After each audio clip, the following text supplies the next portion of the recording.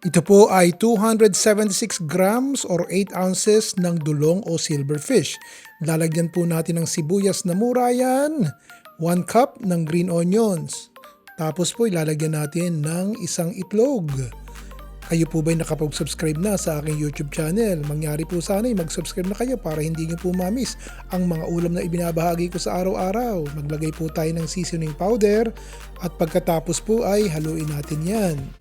Maglagay din po kayo kung anong gusto nyo lutuin ko sa comment section sa baba at yun po gagawin natin.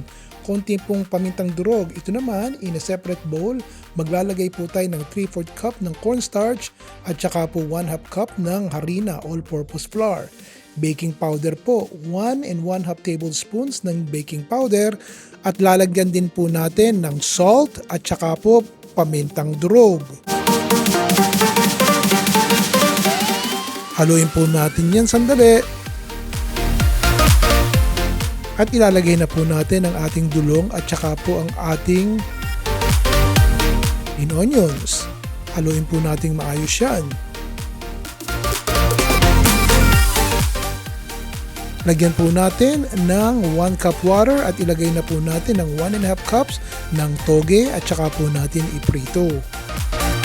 Ang tip ko po sa inyo mga kaibigan, dapat po regulated ang temperature ng mantika. Hindi po mainit na mainit at hindi naman parang okay lang. Kinakailangan po'y tama. Maninipis din po ang pagpiprito natin ng ating okoy na dulong para masigurado nating crispy to.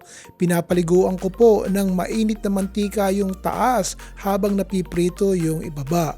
Mapapansin niyo po ito na hindi po siya mamantika. Siyempre po, while you're cooking the rest of our dulong okoy, ilagay nyo muna, ipatong nyo po sa paper towel itong ating lutong okoy para matanggal po yung excess oil. Pakibanggit nga po sa baba kung taga saan kayo at pag nabasa ko po mabigyan na kayo ng isang magandang shoutout kung taga saan po kayo. Salamat po!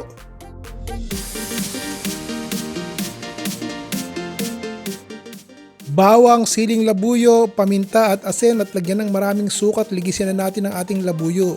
Mas appreciated po syempre ang kahit anong klase ng okoy kung kakainin niyo po talaga kaagad at saka hindi po makapal. Ngayon, isasawsaw na natin.